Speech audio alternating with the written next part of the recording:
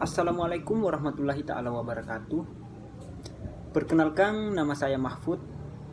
Saya dari mahasiswa Universitas Negeri Makassar, tepatnya di jurusan PJKRE, Fakultas Ilmu Keolahragaan, NIM 1931041183. Di sini saya akan menjelaskan tugas final saya, yakni di mata kuliah perkembangan peserta didik. Jadi saya akan memaparkan 6 materi, yakni materi pertama multiple intelligence, yang kedua emotional intelligence, terus yang ketiga perkembangan kognitif, perkembangan moral dan spiritual, yang keempat perkembangan psikososial, terus yang kelima perkembangan bahasa, dan yang terakhir yakni keenam misbehave. Baiklah, materi yang pertama yakni multiple intelligence. Multiple intelligence yaitu kecerdasan manusia umumnya berbeda, yang artinya setiap orang memiliki kemampuan yang berbeda-beda dalam menyelesaikan permasalahan yang dihadapi, dan kemampuan ataupun kecerdasan itulah yang dikenalkan sebagai multiple intelligence. Jadi kita dapat simpulkan bahwa kecerdasan atau intelligence suatu kemampuan yang dimiliki oleh setiap individu dalam menyelesaikan masalah dan menggunakan kecerdasan yang dia miliki sendiri. Jadi menurut saya multiple intelligence yaitu pola pikir kita sendiri dan pemaparan masalah kita yang menghadapinya, dan kita juga yang menyelesaikannya sendiri. Materi yang kedua yakni emotional intelligence. Menurut saya, emotional intelligence adalah kecerdasan emosional, merupakan kemampuan untuk secara sah alasan dengan emosi dan menggunakan emosi untuk meningkatkan pemikiran sebagai kapasitas untuk alasan tentang emosi untuk meningkatkan pemikiran pola diri sendiri. Materi yang ketiga yakni perkembangan kognitif, perkembangan moral dan spiritual.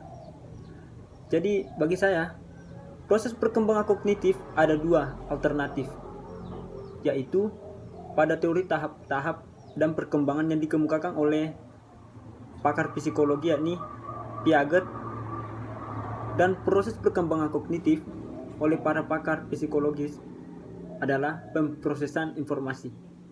Itulah yang dimaksud dengan perkembangan moral dan spiritual. Materi yang keempat yakni perkembangan psikososial. Jadi teori perkembangan psikososial digagasi oleh pakar psikolog yakni Erik Erikson, yang lahir di Frankfurt pada tanggal 15 Juni 1992 dan wafat pada tahun 12 Mei 1994 di Harwich. Dalam teori Erikson, tahap yang dilalui manusia dalam siklus kehidupan fase dan phase 2006, masing-masing tahap terdiri dari tugas perkembangan khas yang menghadapi individu dengan suatu krisis yang harus dihadapi.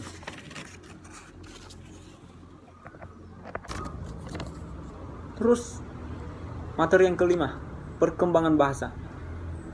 Jadi perkembangan bahasa menurut pakar bahasa yakni Chomsky, teori perkembangan bahasa diperkenalkan oleh Noam Chomsky pada tahun 1928.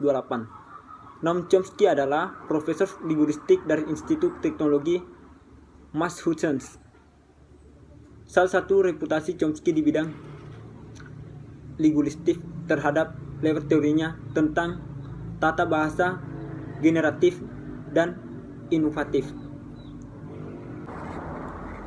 Terus materi yang keenam atau materi yang terakhir yakni misbehave.